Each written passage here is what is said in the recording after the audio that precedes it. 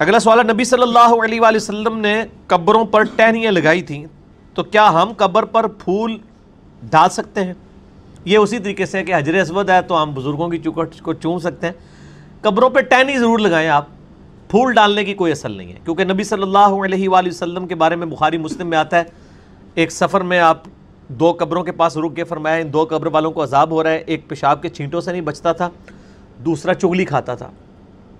پھر آپ نے ایک ٹہنی اپنے مبارک ہاتھوں سے توڑی، اس کے دو حصے کیے، اس پہ ڈال دی، دونوں پہ لگا دی، فرمایا جب تک یہ ہری رہیں گی عذاب میں تخفیف ہوگی۔ اس میں اکثر محدثین کا یہ خیال ہے کہ یہ نبی علیہ السلام کے مبارک ہاتھوں کی برکت ہے، یہ نہیں ہے کہ آپ کسی کی قبر پہ بھی کوئی ٹہنی لگا دیں گے تو عذاب میں تخفیف ہوگی، اور یہ بات زیادہ مضبوط ہے، کیونکہ صحیح مسلم میں حدیث ہے کہ ایک حبشی عورت تھی سیاہ فام، مسجد نبوی کی صفائی کرتی تھی، بخاری میں بھی اس کا کچھ حصہ موجود ہے، مسلم میں ڈیٹیل ہے، فوت ہو گئی،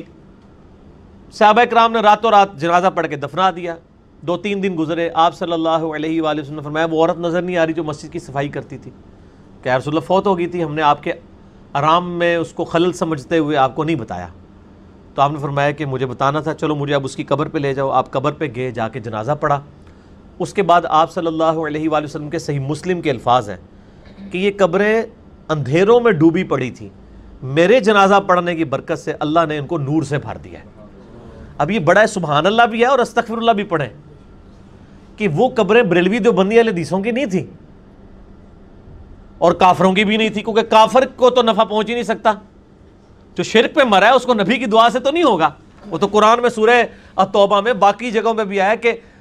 کسی نبی اور اہل ایمان کے لیے شایع نہیں کہ وہ کافروں کے لیے دعائے مغفرت کرے، کیونکہ وہ تو ایکسیپٹ نہیں ہونی،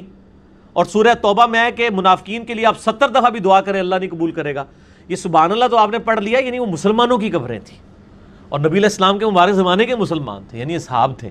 تو بڑا خطرناک معاملہ ہے۔ یہاں تو آپ بزرگوں کی نسبتیں لے کے بیٹھے ہوئے ہیں کہ جی ہم بچ جائیں گے، جنہوں نے حضور کی صحبت بھی کی ہوئی ہے، نبی علیہ السلام فرما رہے ہیں میرے جنازہ پڑھنے کی برکت سے ان کی قبریں جو ہے نور سے بھری گئی ہیں، تو اس لیے وہ ٹہنیوں والی بھی آپ صلی اللہ علیہ وآلہ وسلم کی مبارک برکت تھی۔ اگر کوئی اس پہ سنت پہ بھی عمل کرتا ٹھیک ہے، ٹہنیاں لگائے، پھول پھینکنا نہیں ہے، یہ تو بالکل فضول خرچی کر رہے ہیں، جا کے ایک پوری انڈسٹری پھولوں کی بنا لی ہے آپ نے،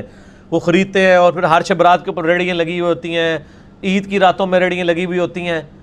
تو ٹہنی تو مفت مل جاتی ہے میرے بھائی، کہیں سے بھی کاٹیں، اور بلکہ جب مردے کو دفنایا جاتا ہے اس وقت بھی اس کے سرانے کی سائڈ پہ کوئی لوگ عموماً ایک لکڑی اور ٹہنی گاڑ دیتے ہیں قبر کی نشاندہی کے لیے، وہ جائز ہے۔